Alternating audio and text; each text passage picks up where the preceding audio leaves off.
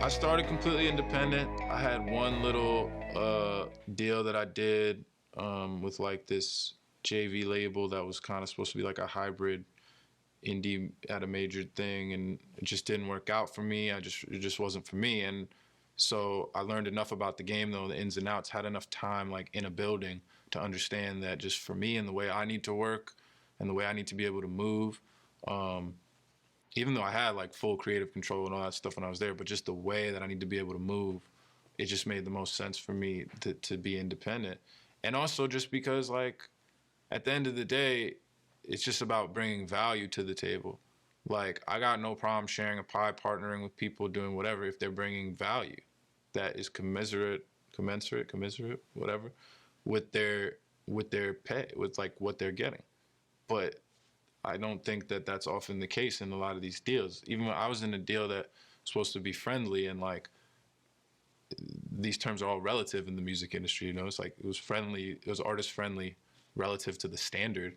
The standard is like castration, like, you know what I'm saying? It's like, so you start to realize that, you know, you just need this freedom. And but a lot of that is about giving up the other side of things, because when you're in a building or like you're at a label, I realize that you get like more visibility in like the industry space, and it makes you look and feel to like the outside that you're more popping. But then, and that like feeds your ego and you feel like you're doing something. But then I realized that like, but that shit, like, I still went independent on my own. Now all of a sudden my streams, my numbers, like the actual amount of people that are listening to my music goes way up. The actual money I'm getting goes way up. But I'm not getting those looks. Those little looks and people talking about you. But then so you have to be willing to like give that stuff, because that stuff's not. Then you realize that's not real. Who cares?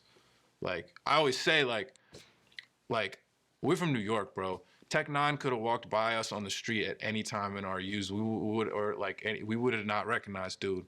Like, you know what I'm saying? And that dude is like a gajillionaire off like, you know what I'm saying, off of rap. Like, so it's like you gotta decide what you want, you know, and be honest, because I feel like most of the time for young upcoming rappers, the label thing, and this is not true for everybody, but the label thing, especially the major label thing, is just like they just dangle that validation stuff in front of you. And it's like, if you're validating yourself, then you realize, like, wouldn't you pick actually doing the things that you said that you wanted to do versus that shit, you know? My team, I mean, the people that are close and work with me, like Jacob is in here. Shout out to Jacob Carlson. I mean, we linked up like, I don't know, like a year, like 2 years now or something like that. And he's been shooting all these videos for me, like every single video we've shot and kind of directed together in this like seamless way where we just have like become one. And without him, I couldn't do the independent thing because I've had to do it with such consistency to make all this stuff. So shout out to Jacob. Like, he's like a one-man media machine for me. And Arbus is in here also. I've met Arbus because I've searched Joey Badass type beat on YouTube in like 2015 and found his fucking beat, and he's lived in Sweden and now he's here from Sweden coming on tour with me. So and then, you know, there's shout out my man Dylan, my man Dan. Yeah. I got an intern, shout out to Nasta. I got people in my corner. I got a lawyer, I got a business manager, like definitely people in my corner holding it down for me. And that's something that's been really hard to cultivate over time too. You know, that takes time, you know, to cultivate people around you, and frankly probably still I manage myself so much I probably need to add more people to the team. But it's just yeah, it's tough, but he couldn't do it without.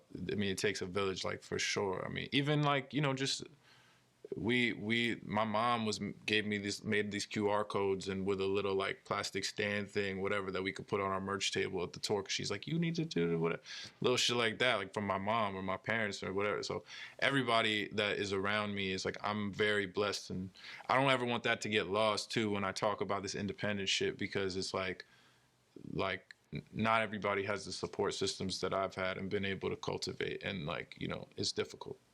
I don't want to speak too much on like my strategy, because I want to keep some of it feeling like art, you know, like we have this mandate, especially as independent artists, to be really consistent and inundate with a lot of material in order to build momentum and to grow. So that's what I'm doing, but I still want it to feel artistic. So I don't want to like get too much into the nuts and bolts of it.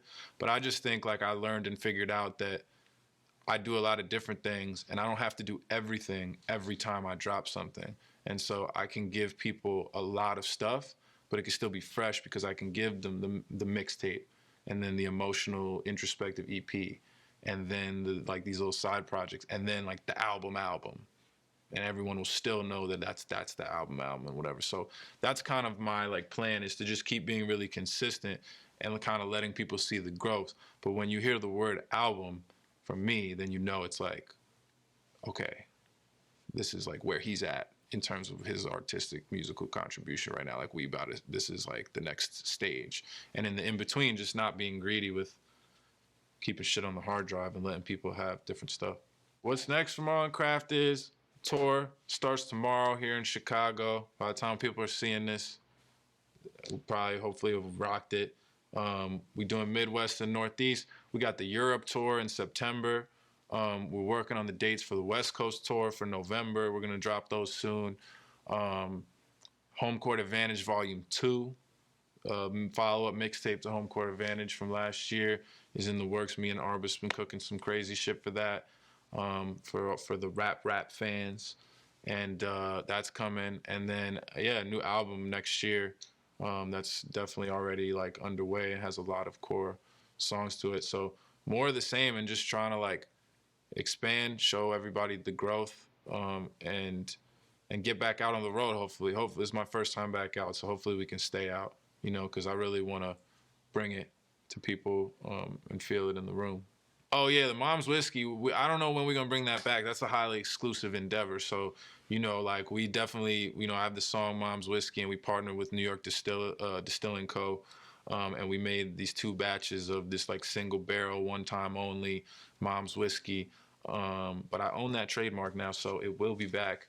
But we just trying to keep it real exclusive and figure out how to do it. So I don't know when we're gonna pop up. You never know. It might be a whiskey drop near you, but it's very fire. Like it's actually really good, and it's no one barrel is the same. So it's like really cool shit. Yeah.